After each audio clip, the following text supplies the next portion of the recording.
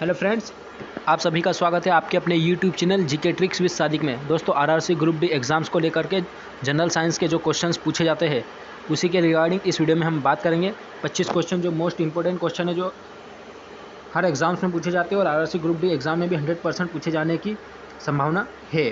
ठीक है, तो प्रश्न वही होगा जो परीक्षा में आए। अगर यदि आप हमारे इन 25 प्रश्नों को देख लेंगे, इस सेट में से कम 2 से 3 क्वेश्चन ऐसे आएंगे जो आपको एग्जाम्स में ज़रूर से ज़रूर पूछे जाएंगे। तो चलिए दोस्तों, वीडियो को देर ना करते हुए शुरू करते हैं। यदि आप हमारे चैनल पर नए हैं तो प्लीज़ चैनल को सब्सक्राइब जरूर कीजिएगा, वीडियो को अंत तक जरूर देखिएगा। 25 क्वेश्चन मोस्ट इंपॉर्टेंट क्वेश्चन है, इसमें से 2 से 3 क्वेश्चन आपको आपकी शिफ्ट में जरूर देखने को मिलेगा। तो चलिए दोस्तों, वीडियो को हम शुरू करते हैं। वीडियो को अंत तक देखिएगा, चैनल को सब्सक्राइब जरूर कीजिएगा, बेल आइकन जरूर दबाइएगा और वीडियो को दोस्तों के साथ ज़्यादा से ज़्यादा शेयर भी कीजिएगा। तो चलिए हम दोस्तों वीडियो को शुरू करते हैं।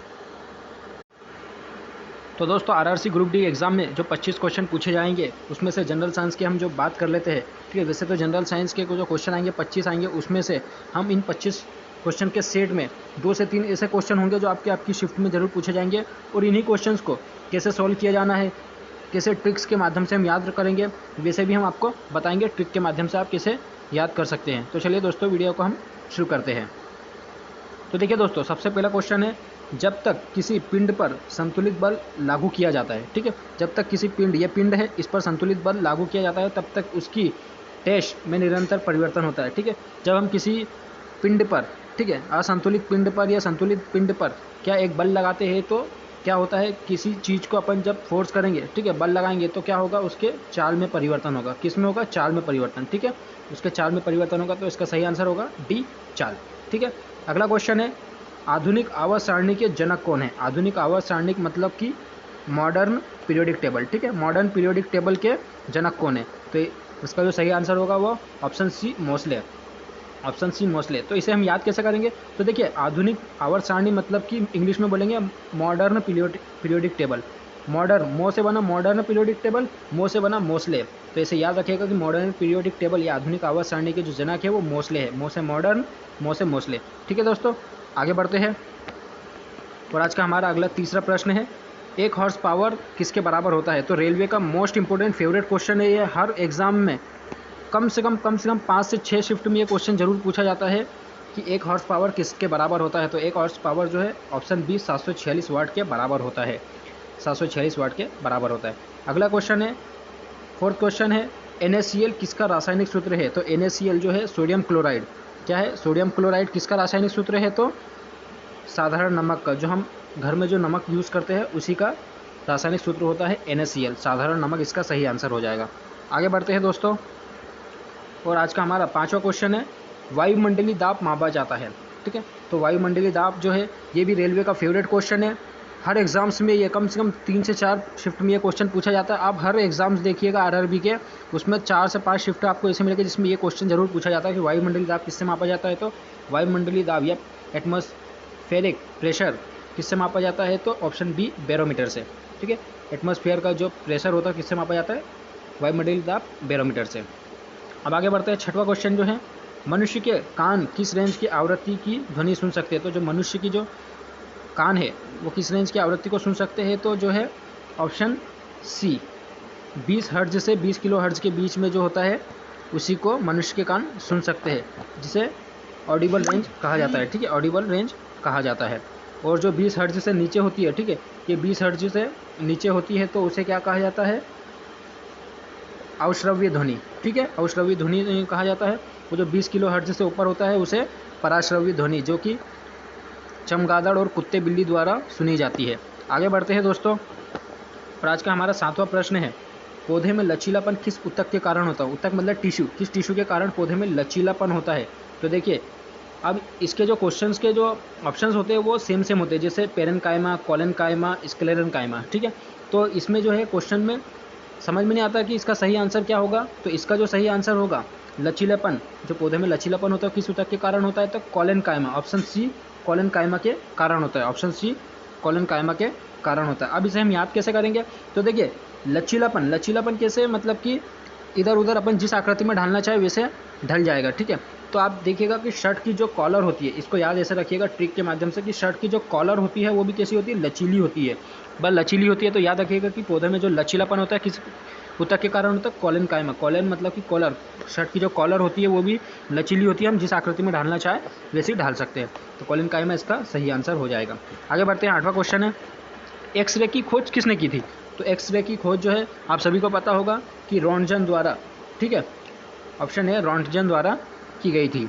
आगे बढ़ते हैं दोस्तों, आज का हमारा 9वां क्वेश्चन है। ये देखिए, न्यूमेरिकल क्वेश्चन भी ग्रुप डी में परीक्षा में पूछे जाने वाले हैं, तो आप न्यूमेरिकल की भी तैयारी कीजिए। फार्मूले जो है उसको अच्छे से याद कीजिएगा, जैसे F equal to M A, ठीक है, W equal to F into D, इस टाइप से फार्मूले सभी याद कीजिएगा, बल के, कार्य के, शक्ति के, ठीक है। तो देखिए दोस्तों, आज का हमारा अगला 9वां क्वेश्चन है, यदि एक 20 किलोग्राम के पिंड पर 5 मीटर पर सेकंड का त्वरण, जैसे यहाँ पर त्वरण है मतलब 5 मीटर पर सेकंड स्क्वायर होगा, ठीक है, 5 मीटर पर सेकंड स्क्वायर होगा, ठीक है, क्योंकि त्वरण की बात चल रही है, लग रहा है, तो पिंड पर लगने वाला बल कितना होगा, ठीक है। तो यहाँ पर मैंने आपको बताया कि बल जो होता है, बल का फॉर्मूला क्या होता है, F equal to M A, ठीक है, ये बल का फार्मूला होता है, F equal to M A. तो इसी प्रकार से हम यदि बात करेंगे, F equal to M A यदि बल का फार्मूला होता है, तो देखिए एम मतलब होता है कि मास, और ए मतलब होता है एक्सीलरेशन, मतलब कि त्वरण, ठीक है। तो देखिए, यदि एक 20 किलोग्राम के पिंड, मतलब किलोग्राम मतलब मास, 20 किलोग्राम मास, ठीक है, एम की जगह हम 20 को पुट करेंगे, और 5 मीटर पर सेकंड स्क्वायर का त्वरण है, ठीक है, त्वरण मतलब एक्सीलरेशन, मतलब ए की जगह क्या वैल्यू पुट करेंगे हम 5, ठीक है। तो F equal to M A, ठीक है, तो 20 पंजे 100, इसका जो सही आंसर हो जाएगा वो 100 न्यूटन हो जाएगा। तो ऑप्शन बी हमारा सही होगा, option B 100 newton. F equal to M A होता है बल का फॉर्मूला, तो बस एम और ए की वैल्यू पुट करेंगे और डायरेक्ट हमारा आंसर हो जाएगा। इतना इजी क्वेश्चन होता है दोस्तों आरआरसी की ग्रुप डी की परीक्षा में, आरआरबी ग्रुप डी की परीक्षा में, कि आप 1 नंबर 2 नंबर 3 नंबर जो है न्यूमेरिकल से आसानी से पा सकते हो, यदि आपको फार्मूले अच्छे से याद है। डायरेक्ट वैल्यू पुट करो और आंसर लाइए और सही कर जाइए, ठीक है। आगे बढ़ते हैं, अगला क्वेश्चन है, 10वां क्वेश्चन है, उस विकल्प को चुनिए जो अन्य से भिन्न हो। देखिए, साइंस में भी कभी कभी ऐसे एनालॉजी वाले क्वेश्चन पूछ लिए जाते हैं, ठीक है, सिंप्लीफिकेशन टाइप वाले क्वेश्चन पूछ लिए जाते हैं रीजनिंग के तरह, ठीक है। तो हम इसमें देखेंगे अन्य से भिन्न कौन सा है। तो देखो, फेराडे साइंस से संबंधित है, ओम भी साइंस से संबंधित है, सचिन तेंदुलकर क्रिकेट से संबंधित है, और आइंस्टीन भी साइंस से संबंधित है। तो यहाँ पर जो सचिन तेंदुलकर जो है वो क्रिकेट से संबंधित है, इसलिए वो अन्य से भिन्न हो जाएंगे, तो इसका सही आंसर सचिन तेंदुलकर हो जाएगा। अगला क्वेश्चन है दोस्तों, निम्नलिखित में से किस अभिक्रिया में ऑक्सीजन हवा में मुक्त होती है, ठीक है। तो किस अभिक्रिया में ऑक्सीजन जो है हवा में मुक्त होती है, तो श्वसन, मलत्याग, प्रकाश संश्लेषण, वाष्पोत्सर्जन। तो इसका जो सही आंसर होगा वो ऑक्सीजन जो हवा में मुक्त होती है, कहाँ से, जल से, हवा में मुक्त हो रही जल से, तो कहाँ से होगी, तो किस अभिक्रिया में, तो प्रकाश संश्लेषण। इसका जो सही आंसर हो जाएगा वो हो जाएगा प्रकाश संश्लेषण, ठीक है। प्रकाश संश्लेषण द्वारा जो है जल से मतलब ऑक्सीजन हवा में मुक्त होती है, ठीक है। आगे बढ़ेंगे, जो अगला 12वां क्वेश्चन है वो है, मेंढक में कितने हार्ट चैम्बर्स होते हैं? 1 होते हैं, 2 होते हैं, 3 होते हैं या 4 होते हैं? तो मेंढक जो है तो एक उभयचर होता है, ठीक है, और उभयचर जो है मेंढक जो है उसमें 3 हार्ट चैम्बर होते हैं। कितने होते हैं? 3 हार्ट चैम्बर्स होते हैं, 3। मेंढक में कितने होते हैं? 3 हार्ट चैम्बर, ठीक है। आगे बढ़ते हैं, अगला क्वेश्चन हमारा 13वां क्वेश्चन है, बॉक्साइट किसका अयस्क है? मोस्ट इंपोर्टेंट क्वेश्चन है, आरआरबी के एग्जाम में और वाले क्वेश्चन जरूर पूछे जाते हैं कि ये किसका अयस्क है, ये किसका अयस्क है, ठीक है। तो बॉक्साइट जो है ऑप्शन सी एल्यूमिनियम का अयस्क होगा, ठीक है। किसका होगा? एल्यूमिनियम। देखिए, एक लॉजिक लगाइए, बॉक्साइट से बना बॉक्स, तो बॉक्स किसका बना होगा? तो एल्यूमिनियम का बना होगा। ऐसा मान के चलिए हमने एल्यूमिनियम का बॉक्स बनवाया। आजकल एल्यूमिनियम के ही बॉक्स वगैरह ज़्यादा बनाए जा रहे हैं। आगे बढ़ते हैं, 14वां क्वेश्चन जो है, देखिए ये न्यूमेरिकल आ गया फिर से, ठीक है। तो न्यूमेरिकल 2 से 4 क्वेश्चन न्यूमेरिकल जरूर पूछे जाते हैं। आप क्वेश्चन अच्छे से, अगर न्यूमेरिकल के फॉर्मूले अच्छे से याद किए तो आप इजीली क्वेश्चन कर जाएंगे और आपको 3 से 4 नंबर इजीली मिल जाएंगे आरआरसी ग्रुप डी की परीक्षा में। और हमें पता है कि आरआरसी ग्रुप डी या कोई भी कॉम्पिटिटिव एग्जाम हो तो वहाँ पर 0.0001 के लिए भी बहुत ही महत्वपूर्ण हमारे अंक होते हैं किसी भी एग्ज़ाम में, कॉम्पिटिटिव एग्जाम्स में क्वालिफाई करने के लिए या पोस्ट पाने के लिए। तो देखिए 14 क्वेश्चन जो है हमारा, 12 ओम के 4 रजिस्टर सीरीज में लगाए जाते हैं तो उनका समतुल्य रेजिस्टेंस का मान क्या होगा? मतलब इक्विवेलेंट, मतलब टोटल ओवरऑल कितना रेजिस्टेंस होगा? तो 12 ओम, देखो अब जो होते हैं फार्मूला जो होता है रेजिस्टेंस का, तो जो टोटल जो रेजिस्टेंस होता है अगर सीरीज़ में लगा हो, सीरीज़ में लगे हुए बात हो तो R1 + R2 + R3 हो जाएगा, ठीक है। इसी प्रकार से अगर इक्विवेलेंट मतलब किस में पैरेलल में लगा हो तो क्या होगा कि 1/R1 +1/R2 इस टाइप से चलता रहेगा, ठीक है। तो यहाँ पर बात करें सीरीज़ की, इसलिए हम फार्मूला कौन सा लगाएंगे, टोटल रजिस्टेंस RT बराबर R1 + R2 + R3 ऐसे ऐसे चलते रहेगा, ठीक है। तो यहाँ पर कितने हैं, 12 ओम के 4 रजिस्टर सीरीज़ में लगाए गए हैं, ठीक है। तो 12 ओम के 4 रजिस्टर को जब सीरीज़ में लगाएंगे तो 12 + 12 + 12 + 12 मतलब कि 12 दूनी 24, 12 तिया 36, 12 चौक 48, टोटल जो रजिस्टेंस कितना हो जाएगा, 48 ओम, ठीक है। उम्मीद करता हूँ आपको समझ में आया होगा। इसी प्रकार से हम आगे बढ़ेंगे। तो जो हमारा आज का 15वां क्वेश्चन है वो है, यदि किसी पिंड का भार पृथ्वी पर 90 किलोग्राम है, यदि किसी पिंड का भार जो है पृथ्वी पर 90 किलोग्राम है तो चंद्रमा पर उस पिंड का भार कितना होगा, ठीक है। तो यहाँ पर भार की बात चल रही, ठीक है। तो देखिए, जो अगर यदि देखा जाए तो अगर किसी पिंड का भार पृथ्वी पर 90 किलोग्राम है तो जब चंद्रमा पर जाएगा तो उसका जो भार रहेगा उसका 1/6 हो जाएगा, ठीक है। तो यहाँ पर भार है 90, तो 90/6 करेंगे तो कितना हो जाएगा, 15, कितना हो जाएगा, 15 किलोग्राम। तो ऑप्शन है इसका सही आंसर हो जाएगा 15 किलोग्राम। यदि बात करते हैं यहाँ पर द्रव्यमान की, कि पृथ्वी पर एक पिंड का द्रव्यमान 90 किलोग्राम है, पृथ्वी पर एक पिंड का द्रव्यमान 90 किलोग्राम है तो चंद्रमा पर उस पिंड का द्रव्यमान कितना होगा, तो द्रव्यमान जो होता है अंदर जो मास होता है वो वही की वही रहता है, तो चंद्रमा पर भी उसका द्रव्यमान 90 किलोग्राम ही होता, ठीक है। दोस्तों ध्यान दीजिएगा क्वेश्चन पर। आगे बढ़ते हैं।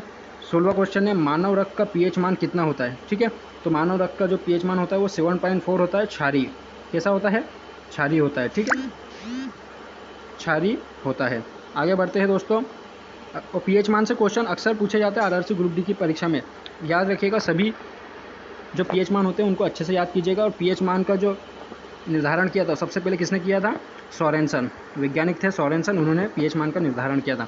आगे बढ़ते हैं दोस्तों। और आज का हमारा अगला क्वेश्चन है 17वां क्वेश्चन, निम्नलिखित में से किसमें प्रचुर मात्रा में विटामिन सी पाया जाता है। तो विटामिन सी जो है खट्टे फलों में पाया जाता है। किसमें पाया जाता है, खट्टे फलों में। तो यहाँ पर जो है ऑप्शन बी, आंवला, आंवला में विटामिन सी की प्रचुर मात्रा पाई जाती है। विटामिन सी की कमी से स्कर्वी रोग होता है, ठीक है, स्कर्वी रोग होता है और मसूड़ों से खून आने लगता है, ठीक है, इसमें याद रखिएगा। और इसे जो है विटामिन सी को एस्कॉर्बिक एसिड भी कहा जाता है। क्या बोला जाता है, एस्कॉर्बिक एसिड, ठीक है दोस्तों, याद रखिएगा। एक क्वेश्चन में बहुत सारे क्वेश्चन आपको बता दिए गए। अगला क्वेश्चन है 18वां क्वेश्चन। दोस्तों वीडियो को अंत तक जरूर देखिए और वीडियो अच्छी लगी तो दोस्तों के साथ शेयर जरूर कीजिएगा। अगला क्वेश्चन देख लेते हैं। 18वां क्वेश्चन, मानव पेट में पाया जाने वाला अम्ल कौन सा है। तो मानव पेट में जो पाया जाने वाला अम्ल है जो कि भोजन को पचाता है वो ऑप्शन डी, हाइड्रोक्लोरिक अम्ल, जिसे बोला जाता है HCl, ठीक है, हाइड्रोक्लोरिक अम्ल। आगे बढ़ते हैं दोस्तों। और हमारा अगला क्वेश्चन है, निम्न में से अर्धचालक की पहचान करें। इस टाइप के क्वेश्चन पूछ लिए जाते हैं। तो अर्धचालक की पहचान करें, तो इसमें जो अर्धचालक मतलब सेमीकंडक्टर कौन सा है, तो हाइड्रोजन, सिलिकॉन, कॉपर, इनमें से कोई नहीं। तो यहाँ पर जो ऑप्शन बी, सिलिकॉन जो है अर्धचालक हो जाएगा। सेमीकंडक्टर यहाँ पर सिलिकॉन है। इसके बाद ही अगर हम बात करें तो बेंगलोर जो है, भारत में जो कर्नाटक की जो राजधानी बेंगलोर है उसको सिलिकॉन वैली कहा जाता है, ठीक है, क्योंकि वहाँ सबसे ज़्यादा सिलिकॉन पाया जाता है। और जो IC चिप्स वगैरह, इंटीग्रेटेड सर्किट बोर्ड वगैरह बनाए जाते हैं वो भी सिलिकॉन्स के बनाए जाते हैं। आगे बढ़ते हैं दोस्तों। यहाँ हमारा 20वां क्वेश्चन है, जल का घनत्व अधिकतम किस तापमान पर होता है। तो जल का जो घनत्व अधिकतम होता है तो वो 4 डिग्री सेल्सियस पर अधिकतम होता है। यहीं पर अगर देखा जाए तो 4 डिग्री सेल्सियस पर जो है जल का आयतन जो है वो सबसे कम होता है, ठीक है, आयतन सबसे कम होता है। तो इसका मतलब जो आयतन जो होता है वो घनत्व का उल्टा होता है, ठीक है। तो यदि 4 डिग्री सेल्सियस पर घनत्व अधिकतम है तो वहीं पर 4 डिग्री सेल्सियस पर जल का जो आयतन होगा वो सबसे कम होगा, ठीक है दोस्तों। उम्मीद करता आपको समझ में आया होगा। आगे बढ़ते हैं। 21वां जो क्वेश्चन है दोस्तों वो है, मानव शरीर में उपस्थित गुणसूत्रों की संख्या जोड़ी में कितनी होती है, ठीक है। तो 20 जोड़ी, 23 जोड़ी, 26 जोड़ी या 46 जोड़ी। तो मानव में उपस्थित जो गुणसूत्रों की संख्या होती है, ठीक है, वो कितनी होती है, जेनेटिक्स की जो संख्या होती है वो कितनी होती है, तो 23 जोड़ होती है। 23 जोड़ मतलब कि टोटल कितनी होती है, 46, ठीक है, 23 जोड़ होती है और टोटल मतलब 46 होती है। आगे बढ़ते हैं, क्वेश्चन को देख लेते हैं। 22वां क्वेश्चन जो है वो है, ट्रेन की सीटी की आवाज़ किस प्रभाव पर कार्य करती है। तो किस सिद्धांत पर कार्य करती है ट्रेन की सीटी की आवाज़। तो यह ध्वनि जो आती है, ठीक है, ट्रेन की मतलब दूर रहे तो थोड़ी कम आती है, पास आती जाती है तो इसकी आवाज़ बढ़ती जाती है। तो ये जो है ऑप्शन डी, ध्वनि के लिए डॉपलर प्रभाव। द से ध्वनि, याद रखिएगा, द से ध्वनि, द से डॉपलर प्रभाव, ठीक है, डॉपलर प्रभाव पर ट्रेन के सीटी की आवाज़ कार्य करती है। आगे बढ़ते हैं दोस्तों। आज का हमारा 23वां क्वेश्चन है, यदि 6 ओम के 3 रजिस्टर पैरेलल में लगे हुए हैं। देखिए यहाँ पर पैरेलल वाला क्वेश्चन आ चुका है, इसको भी मैं आपको समझा दूंगा। यदि 6 ओम के 3 रजिस्टर पैरेलल में लगे हुए, पैरेलल की बात चल रही है, तो उनका समतुल्य रेजिस्टेंस या इक्विवेलेंट कितना होगा। तो यहाँ पर मैंने आपको बताया था कि जो पैरेलल की अगर बात करेंगे तो RT कितना हो जाएगा, अगर रेजिस्टेंस पैरेलल में लगे तो 1/R1 प्लस 1/R2 और ऐसे ही चलते रहेगा। ठीक है, इसी प्रकार से बात कर लेंगे।